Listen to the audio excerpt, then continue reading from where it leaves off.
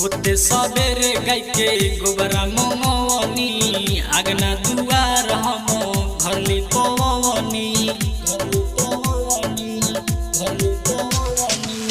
होते सबेरे गाय के गोबरा मंगवनी आगना दुआर हम घर लिपवनी कहा बिल मोले बाड़ू रथवाए माई बेटा के घरे कब आईबू ए माई हमरा दुवरिया कब आईबू ए माई बेटा के घरे कब आईबू ए माई हमरा दुवरिया कब आईबू ए माई।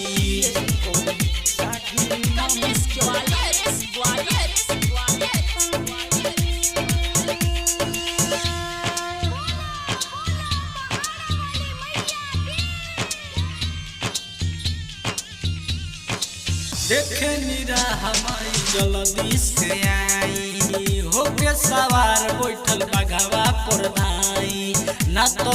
रूठ जाई से बकाए माई लागल बा दिल में आस रौरे पुराई दे दी चरण हम सिरवा नवाई बेटा के घरे कब आईबू ए माई हमरा दुवरिया कब आईबू ए माई बेटा के घरे कब आईबू ए माई हमरा दुवरिया कब आईबू ए माई।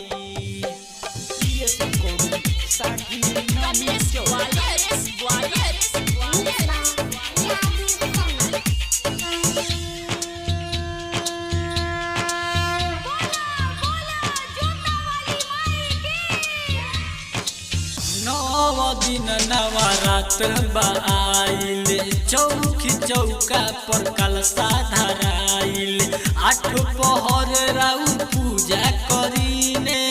रौर चरनिया में ध्यान धरीने दे दी नयापन दर्शनवा ए माई बेटा के घरे कब आईबू ए माई हमरा दुवरिया कब आईबू ए माई बेटा के घरे कब आईबू ए माई हमरा दुवरिया कब आईबू ए माई।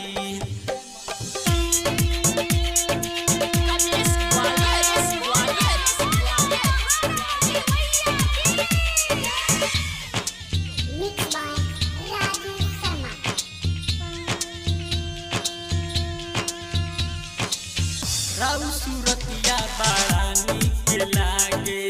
रौद के देखिने तो भाग हमरो जागे आई ना आई माई जल्दी से आई रौरे भजन लल बबुआ गाई प्रकाश परदेसी के गीतिया सुनाई बेटा के घरे कब आईबू ए माई हमरा दुवरिया कब आईबू ए माई बेटा के घरे कब आईबू ए माई